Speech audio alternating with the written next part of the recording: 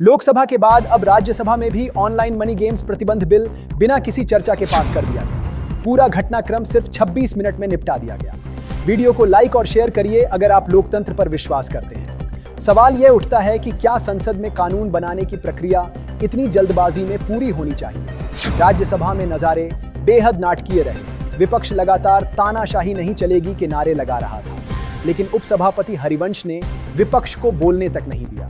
CPI M सांसद John ब्रिट्टास जब बोलने उठे तो उन्हें रोक दिया गया। उन्होंने कहा, यह सरकार लोकतंत्र की हत्या कर रही है। क्या सचमुच लोकतांत्रिक व्यवस्था में विपक्ष की आवाज को दबाना सही है?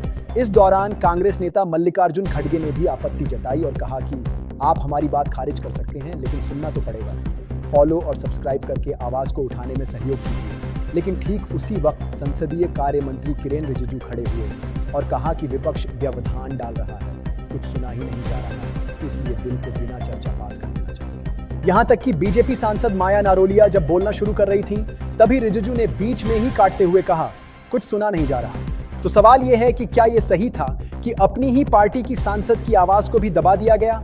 आखिरकार बिल को वॉइस वोट से पास कर दिया गया और हंगामे के बीच सदन को स्थगित करना पड़ा।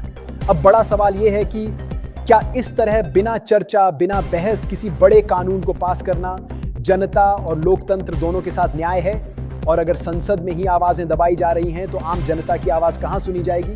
बताइए कमेंट में।